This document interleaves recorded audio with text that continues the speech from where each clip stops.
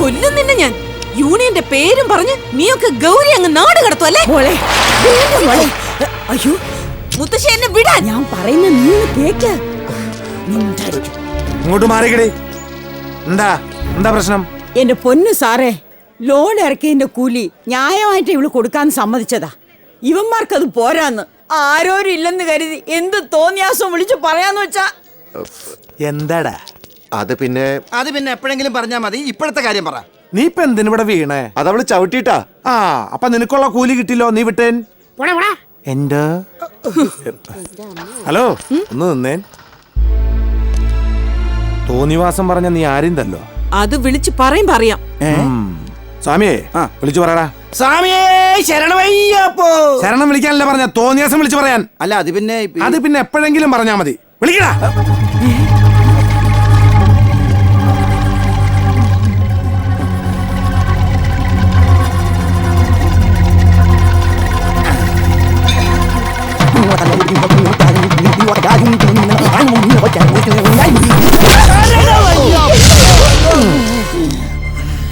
എന്താ അണപ്പല്ല? ഇത്രയും പ്രതീക്ഷിച്ചില്ലല്ലേ? നാട്ടുകാരുടെ മുമ്പിൽ വെച്ച് നീ പോലീസിനെ തല്ലി. നിന്നൊന്ന് മര്യാദ പഠിപ്പിക്കാൻ പറ്റുന്നു ഞാനൊന്ന് നോക്കട്ടെ. ഇവിടെ പിടിച്ച് ജീപ്പിക്കാറ്റ്. അയ്യോ സാർ, സാർ എന്റെ മോള് പാവാണ് സാർ, അവളൊന്നും ചെയ്യല്ലേ സാർ. ആരില്ലേ ഇവിടെ? നമസ്കാരം സാർ. കാല് ഞാൻ പിടിച്ചോളാം. എനിക്ക് എന്റെ കുട്ടീനെ വിട്ടു തരണം. അവളെ തുറന്നു വിടാൻ പറഞ്ഞിട്ടാണല്ലോ ഞാൻ ഇങ്ങോട്ട് പോകുന്നത്. അതൊന്നും എനിക്കറിയില്ല. അതവിടെ അകത്ത് കിടക്കുക. ഇത്തിരി മുൻകോപം ഉണ്ടെങ്കിലും അതൊരു പാവ. അവളുടെ അമ്മയെ പറ്റി മുഖത്ത് നോക്കി മോശക്കാരിയായിരുന്നു പറഞ്ഞാ അതവക്ക് സഹിക്കില്ല. നാട്ടുകാർ പറയും പോലെ മോശക്കാരിയൊന്നും ആയിരുന്നില്ല അവളുടെ അമ്മ. ഒരു തെറ്റ് പറ്റിപ്പോയി ജീവിതത്തിൽ. ആശ്രയമില്ലാതെ നിൽക്കുമ്പോ തറവാട്ടി പിറന്ന ഒരുത്തൻ കയറി വന്ന് ഒരു ജീവിതം കൊടുക്കാന്ന് പറഞ്ഞപ്പോ അവൾ അത് വിശ്വസിച്ചു പോയി. ചതിക്കാനാണെന്ന് അറിയില്ലായിരുന്നു. ഇന്നിപ്പോ മര്യാദ പഠിപ്പിക്കാനാണെന്ന് പറഞ്ഞ് നിങ്ങൾ എല്ലാരും കൂടി പിടിച്ചോണ്ടുപോയി അകത്തിട്ടിരിക്കുന്ന എന്റെ കുട്ടിയുടെ അച്ഛൻ ആരാണെന്ന് അറിയോ? ചന്ദ്രൻതടി മാധവ മേനോനാ, ഇവിടുത്തെ അമ്മയുടെ മൂത്ത ആങ്ങള. പ്രായം തികഞ്ഞിരിക്കുന്ന ഒരു പെൺകുട്ടി പുലരും വരെ പോലീസ് സ്റ്റേഷനിൽ കിടന്നാ പിന്നെ നാളെ നാട്ടുകാർക്ക് കൂട്ടി പറയാൻ അതും കൂടിയാവും ഒരു ചീത്ത പേരായിട്ട്. അതുകൊണ്ടാ കയറി വന്നത്. എന്റെ കുട്ടീന്റെ ജീവിതം ഇല്ലാണ്ടാക്കരുത്.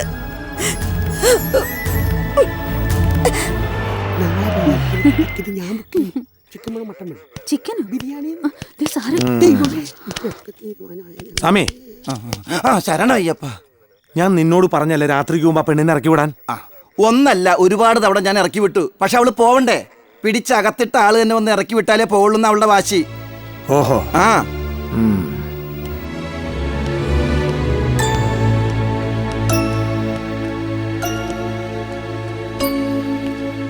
എഴുന്നേൽക്കടി. നിന്നോട് പറഞ്ഞ എഴുന്നേൽക്കാൻ. എന്തിനാ? തോന്നിവാസം വിളിച്ചാ തല്ലൂന്നറിയാനാ? തല്ലും. അത് പോലീസല്ല, പൊന്നു തമ്പുരാനായാലും തല്ലും.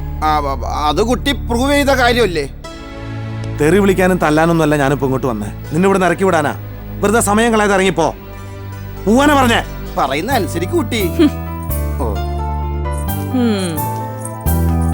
ഓഹോ, അപ്പൊ റെക്കമെൻഡേഷൻ ആണല്ലേ? ഈ മുത്തശ്ശിക്ക് നാണമില്ലേ ഇതുപോലുള്ള ഏമാമാരുടെ കാല് പിടിക്കാൻ? റെക്കമെൻഡേഷൻ ആള് വന്ന ആ ആളെ ലോക്കപ്പിലിടുന്ന സാറിന് ഇപ്പെന്താ ഒരു മനമാറ്റം? വെറുതെ നാക്കിട്ടടിക്കാതെ വന്ന് വണ്ടി കയറി. ഇത് പാതിരാത്രിയാ, ഞാൻ വീട്ടിൽ കൊണ്ടാക്കാം. ഓ പിന്നെ അങ്ങനെ ഒരു പോലീസിന്റെ ഒത്താശ വേണ്ട എനിക്ക് എന്റെ വീട്ടിൽ പോവാൻ. മുത്തശ്ശി വാ. എന്റെ ഈശ്വര, ഇവിടെ കൊണ്ട് ഞാൻ തോറ്റു. ഇപ്പൊ പോയാ തടിമേലി ചെറിയൊരു ശസ്ത്രക്രിയ നടത്തിയാൽ മതി. പിന്നെ ഒരു കൺഫ്യൂഷൻ വേണ്ട. അതോടെ അവൾ ഒരാണാകും. A strong gentleman. സ്വാമി ഒരു കാര്യം ചെയ്യ്, അവരൊന്ന് വീട്ടിൽ കൊണ്ടാക്ക്. അപ്പൊ എന്നെ ഇവിടെ ആരും ഉണ്ടെന്നാക്കും. ഒന്ന് ചെല്ല് സ്വാമി. ശരണമയ്യപ്പ.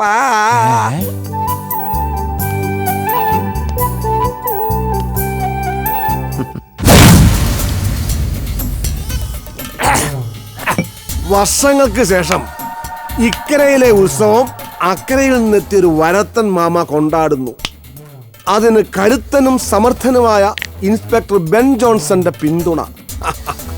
രാഷ്ട്രീയ നിരീക്ഷകന്റെ ഭാഷയിൽ പറഞ്ഞാൽ കാറ്റുമാറി വീശാൻ തുടങ്ങിയിരിക്കുന്നു. പക്ഷേ വീശുന്ന കാറ്റിനെ കൊടുങ്കാറ്റാക്കി മാറ്റണം. വിശ്വനാഥന്റെ ആ ബുദ്ധി ശക്തിയായി അവരോധിക്കാൻ നിങ്ങളാരും പോരാ. അതിന് അവൻ തന്നെ വരണം. അമരക്കാടും പത്രോസിന്റെ കൈയും കാലും തല്ലിയൊടിച്ച് അവന് പകരക്കാരനായി കയറി വന്നവൻ വെട്ടുകാടൻ വേലായുധൻ. അതിന് അവൻ അകത്തല്ലേ? അകത്തുള്ളവനെ പുറത്തു കൊണ്ടുവരണം, വരുത്തിക്കണം. അകത്തിരിക്കുമ്പോ തന്നെ പുറത്തു കൊണ്ടുവന്ന് കാര്യം നടത്തി അകത്തെത്തിക്കുന്ന രാഷ്ട്രീയ കുതന്ത്രം, ഒരുതരം പൊളിറ്റിക്കൽ പ്ലേ. അത് ഞാൻ ഏറ്റു. നേരത്തെ ഇതേ കാക്കിത്തൊപ്പിയും നക്ഷത്രവും വെച്ച് ചന്ദ്രൻതൊടിക്കാരെ വെല്ലുവിളിച്ച സമർത്ഥനായ പോലീസ് ഓഫീസർക്ക് ജനമധ്യത്തിൽ വെച്ച് തന്നെ പട്ടട ഒരുക്കിയ വേലായുധത്തിൽ നിന്ന് അകത്ത് കിടക്കേണ്ടി വന്നത് ആ കോഴിക്കച്ചവടക്കാരിയുടെ സാക്ഷിമൊഴി ഒന്നു മാത്രം. അപ്പൊ പിന്നെ പുറത്തിറങ്ങുമ്പോ അവന്റെ അജണ്ടയിൽ ആദ്യത്തേത് അവളായിരിക്കും. പണ്ട് ചന്ദ്രൻതൊടി മാധവമെന്നു പറ്റിയ കയ്യബദ്ധത്തിന്റെ കഥ അതോടെ തീരണം. അതിനൊപ്പം എനിക്ക് ധനനഷ്ടത്തിനപ്പുറം മാനനഷ്ടം വരുത്തി വെച്ച് ഹീറോയിസം കരസ്ഥമാക്കിയ കേരള പോലീസിന്റെ അഭിമാനമായ ആ നായിന്റെ മോനും പിന്നെ ഒറ്റക്കാലം ചെറ്റയും ആ വാർത്തയ്ക്ക് അലങ്കാരമാവാൻ ഭഗവതിയെ സ്നേഹിക്കുന്ന നിഷ്കളങ്കരായ ഒരു കൂട്ടം പാവങ്ങളും എല്ലാം കൂടി ഒരുമിച്ച് ഒരേ കളത്തിൽ വെച്ച് തീർക്കണം.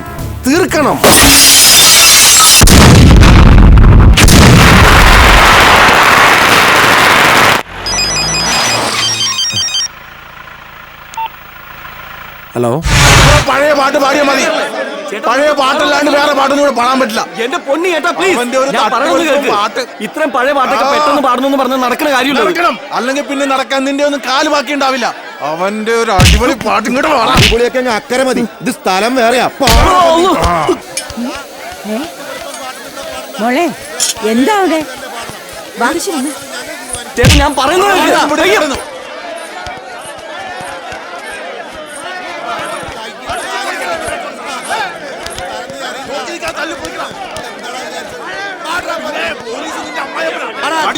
ഇവരൊന്നും പിടിച്ചു മാറ്റാൻ ആരുമില്ല ഇവിടെ.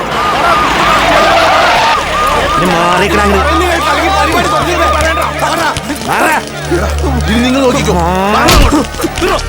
സ്റ്റേജിലേക്ക് തള്ളിക്കല്ലാം. അത് വേണ്ട. ഗാനമേള സിനിമാറ്റിക് ഡാൻസ് ഒരുമിച്ച് വേണ്ട. പറ, എന്താ ചേട്ടൻ പ്രശ്നം? ഞങ്ങളുടെ പ്രശ്നം എന്താ ഇവനറിയാം. എന്റെ പൊന്നു സാറേ, അത് പിന്നെ ഇവർക്ക് വേണ്ടത് പഴയ പാട്ടാ. ഉത്സവപ്പറമ്പായതുകൊണ്ട് ഞങ്ങൾ പ്രിപ്പയർഡ് ആയിട്ട് വന്നിരിക്കുന്നത് ഏറ്റവും ലേറ്റസ്റ്റ് അടിപൊളി സോങ്സും. ഞങ്ങൾക്ക് അടിപൊളി മതി. ആർക്ക് വേണോടാ നിന്റെ പഴയ പാട്ട്? അടിച്ചു പൊളിക്കണം.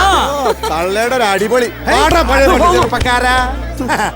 ഇതുപോലുള്ള പ്രശ്നങ്ങൾ സോൾവ് ചെയ്യാനായിട്ട് നമ്മുടെ കൂട്ടത്തിൽ നിന്ന് ഒരു 3-4 പേരെ ഞങ്ങൾ പറഞ്ഞു വിട്ടുണ്ടായല്ലോ. അവരൊക്കെ എന്താടാ ഉറങ്ങിയോ? സാമിയേ,